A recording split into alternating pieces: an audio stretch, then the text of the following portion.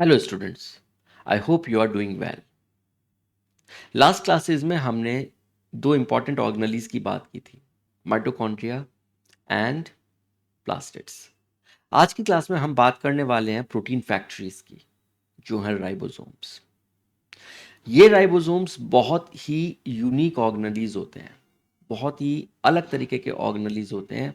ये एक्चुअली में राइबोसोम्स सब यूनिट्स में रहते हैं, लेकिन जब इनको फंक्शन करना होता है तब ये आकर आपस में ये पूरा एक ऑर्गेनली बना लेते हैं, कंप्लीट यूनिट बना लेते हैं और ये अपना फंक्शन करके फिर से अलग अलग हो जाते हैं। तो ये कैसे काम करते हैं, किस तरीके से हमारे प्रोटीन्स बनते हैं, चलिए देखते हैं राइबोसोम्स आज की क्लास का डिस्कशन। सो राइबोसोम्स जो हैं वो ग्रैन्युलर स्ट्रक्चर्स होती हैं, यानी कि बहुत ही डॉट लाइक स्ट्रक्चर्स होती हैं, और जो सबसे पहले जॉर्ज पैलेडे ने 1953 में इलेक्ट्रॉन माइक्रोस्कोप में इनको देखा था, और उनको जो दिखाई दिया वो एज ए डेंस पार्टिकल्स दिखाई दिए, यानी सेल्स के अंदर कुछ ऐसे dot dot dot dot structures उनको दिखाई दी, और उन स्ट्रक्चर्स को उन्होंने राइबोसोम्स बोला। So these are composed of ribonucleic acids, यानी आरएनए के मिलके बने होते हैं और प्रोटीन्स के मिलके बने होते हैं, और ये किसी भी मेम्ब्रेन से सराउंड नहीं करते, मतलब इनके चारों तरफ कोई मेम्ब्रेन बाउंड ये ऑर्गेनली नहीं होता। ये नॉन मेम्ब्रेनस ऑर्गेनलीज होते हैं। बेसिकली इनके अंदर दो सब यूनिट्स होती हैं, एक होती है लार्ज सब यूनिट, एक होती है स्मॉल सब यूनिट। तो अगर आप यहाँ देखें, यहाँ पे आपको एक बड़ी वाली सब यूनिट दिखेगी, स्मॉल सब यूनिट दिखेगी, और ये दोनों सब यूनिट्स मिलके एक कंप्लीट यूनिट राइबोसोम की बनाते हैं।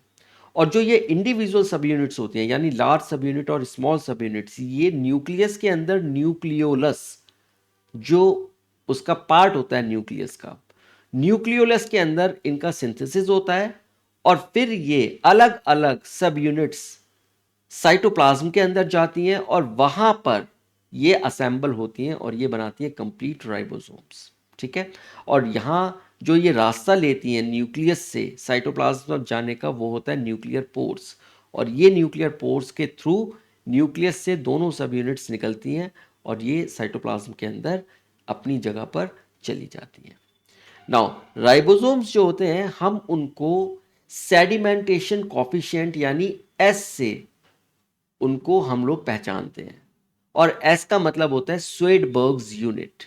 सो बेसिकली हम देखेंगे कि राइबोसोम्स, कौन सा राइबोसोम है, कौन सी टाइप है राइबोसोम की, वो जो टाइप डिटरमाइन होती है वो टाइप होती है ये सेडिमेंटेशन कॉफिशिएंट से। और ये जो स्वेडबर्ग यूनिट होती है जिसमें हम इस सेडिमेंटेशन कॉफिशिएंट को मेजर करते हैं, ये बेसिकली उसके डेंसिटी और साइज का इनडायरेक्ट मेजरमेंट होता है।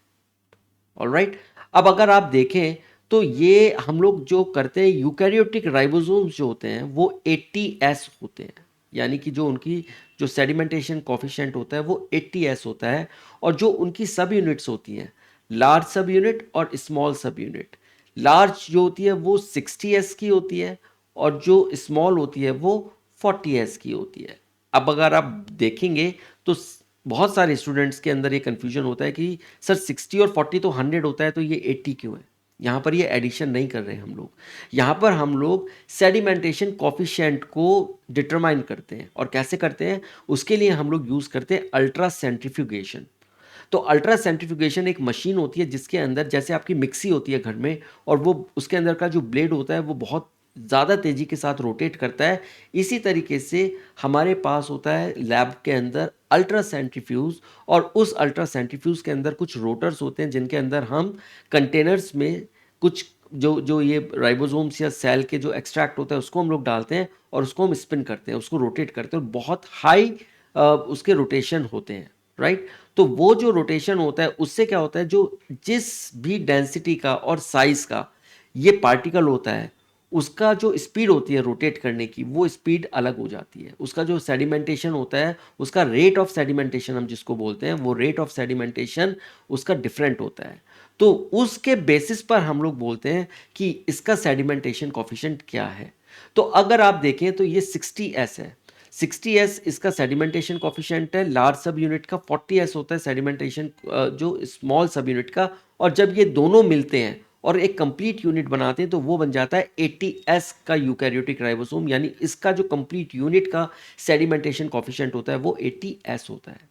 इसी तरह से अगर हम प्रोकैरियोटिक राइबोसोम्स की बात करें या फिर माइटोकॉन्ड्रिया के अंदर और प्लास्टिड्स के अंदर भी ये 70s राइबोसोम्स होते हैं। ये ribosomes as a complete unit इनका सेडिमेंटेशन कॉफिशिएंट हो गया 70, लेकिन इसकी जो लार्ज सब यूनिट होती है उसका होता है 50s, और जो उसकी स्मॉल सब यूनिट होती है उसका होता है 30s।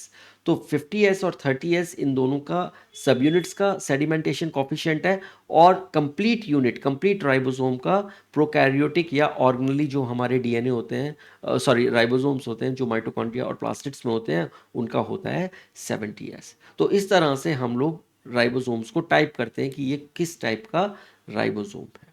ओके, चलिए अब जो ये सब यूनिट्स होती हैं ये फंक्शनल राइबोसोम जब भी बनाती हैं जब ये किसी मैसेंजर आरएनए के साथ अटैच करती हैं साइटोप्लाज्म में। फॉर एग्जाम्पल ये देखिए आप, ये मैसेंजर आरएनए है। जैसे ही मैसेंजर आरएनए हमारा डीएनए से ट्रांसक्राइब होके आता है, डीएनए का कोई भी जीन ट्रांसक्राइब होता है और वो मैसेंजर आरएनए बनाता है, वो मैसेंजर आरएनए एनकोड करता है प्रोटीन को। अब ये मैसेंजर आरएनए हमारा जब साइटोप्लाज्म में आता है तो जैसे ही आएगा वहीं पर आपकी ये लार्ज और स्मॉल सब यूनिट्स अब मिल जाएंगी और यहाँ ये राइबोसोम्स बना देंगी, और ये राइबोसोम यहाँ से ये स्टार्ट करेगा प्रोटीन को बनाना, और ये अमाइनो एसिड्स को ज्वाइन करेगा। आप देखिए यहाँ पर जैसे ही राइबोसोम आया, यहाँ से इसे स्टार्ट करा, आगे जैसे ही चला, जैसे जो भी इसके अंदर कोड है, कोडॉन्स होते हैं, उसके अकॉर्डिंग ये अमाइनो एसिड को लेता है और ये धीरे धीरे धीरे धीरे उनको ग्रो करता है। बेसिकली इसका काम होता है दो अमाइनो एसिड्स के बीच में पेप्टाइड बॉन्ड को बनाना, और ये पेप्टाइड बॉन्ड बन जा, जहाँ जैसे ही ये पेप्टाइड बॉन्ड बन गया ये दोनों ज्वाइन हो गए, फिर ये तीसरा अमाइनो एसिड आया वो ज्वाइन हो गया, चौथा आया, पांचवा आया, इस तरीके से ये पूरी की पूरी चेन बना देता है पेप्टाइड की। और यहाँ पर इस तरीके से जो इसका काम होता है, जब ये स्टॉप कोडोन पर आता है वहाँ पर ये रुक जाता है, और जो प्रोटीन है वो जितनी भी बड़ी ये चेन बननी होती है वो बन जाती है। तो इस तरह से ये राइबोसोम्स होते हैं, ये हमारे प्रोटीन्स को फॉर्म करने का काम करते हैं।